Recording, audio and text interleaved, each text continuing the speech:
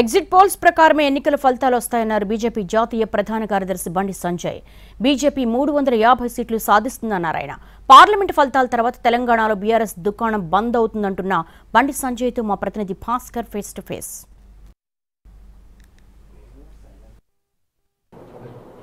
దేశవ్యాప్తంగా exit poll ఫలితాలు వెలువడ్డాయి. ఎగ్జిట్ పోల్ ఫలితాలపైన ఒక చర్చ జరుగుతుంది. రేపు మరికొద్ది గంటల్లో ఎగ్జాక్ట్ ఫలితాలు కూడా రాబోతున్నాయి. అయితే ఎగ్జిట్ పోల్ ఫలితాలపైన చర్చలు జరుగుతున్న నేపథ్యంలోనే కరీంనగర్ ఎంపీ బీజేపీ ఎంపీ అభ్యర్థి జాతీయ ప్రధాన కార్యదర్శి బండి సంజయ్ మనతో ఉన్నారు. ఆయన ఏమంటారు ఎగ్జిట్ పోల్ ఫలితాలపైన, ఎగ్జాక్ట్ ఫలితాలపైన ఆయన అభిప్రాయం ఏ విధంగా ఉందో ఆయన అడిగి తెలుసుకుందాం. సార్ చెప్పండి, ఎగ్జిట్ పోల్ ఫలితాలు విడుదలయ్యాయి. బీజేపీకి మీరు ఆశించిన స్థాయిలో కాకుండా కూడా ఎగ్జిట్ పోల్ ఫలితాలు అనుకూలంగానే ఉన్నాయి. దీనిపైన మీరేమంటారు? తప్పకుండా ఎగ్జిట్ పోల్స్ అవి వాస్తవం. ఎందుకంటే ఏదో ఒక ఛానల్, ఏదో ఒక సర్వే సంస్థ అటు ఇటు మాట్లాడితే మనం ఇవి తప్పు వాస్తవం కాదని చెప్పి చర్చించే అవకాశం ఉంటుంది. ఇలా అన్ని సర్వే సంస్థలు కూడా, అన్ని ఛానల్స్ కూడా వన్ సైడ్ లెక్కనే మన దేశవ్యాప్తంగా నరేంద్ర మోడీ గారి హవా కొనసాగుతున్నది, భారతీయ జనతా పార్టీ ఎన్డీఏ హవా కొనసాగుతూ ఉన్నది అని చెప్పించి అన్ని సర్వే సంస్థలు చెప్తా ఉన్నాయి.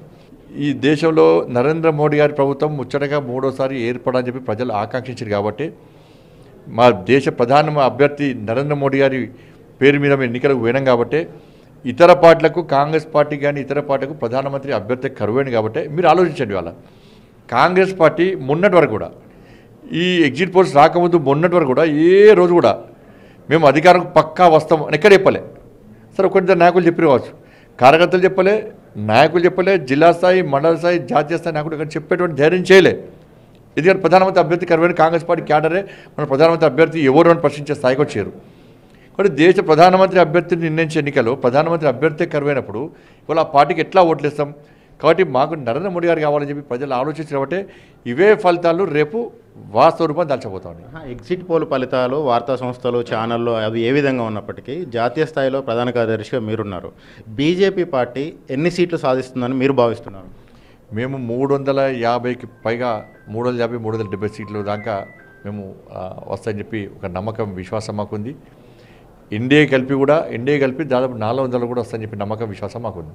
వార్తా సంస్థలు కానీ ఛానల్ కానీ ఏవి చెప్పినా కూడా ఫిరేక్ బార్ మోడీ సర్కార్ 400 పార్ అనేది ఎక్కడ ఆచరణలో అయితే కనబడలేదు. మీరు కూడా మీ మాటల్లో కూడా ఉంది. అంటే జనం నమ్మలేదనా? 400 పార్ అంటే మరి 200, 150 వస్తుంది, జనం నమ్మలేదంట. మనం 350 పైగా స్థానాలు వస్తున్నాయట. 400 పారు ప్రజలు ఒప్పుకున్నట్టే కదా. అధికారం రాకుంటే 400 పార్ కాదంట మనం.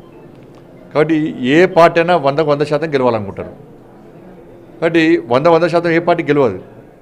కాబట్టి మేము ప్రజలకు ఒక ఆలోచన, మేము ఒక అప్పీల్ చేస్తాం, 400 సీట్లు ఇవ్వండి అని చెప్పని. ప్రజలు 350 ఇస్తారా, 370 ఇస్తారా, 400 పైగా ఇస్తారా తెలియబోతున్నది. కాబట్టి అధికారులు పక్కా వచ్చినాం.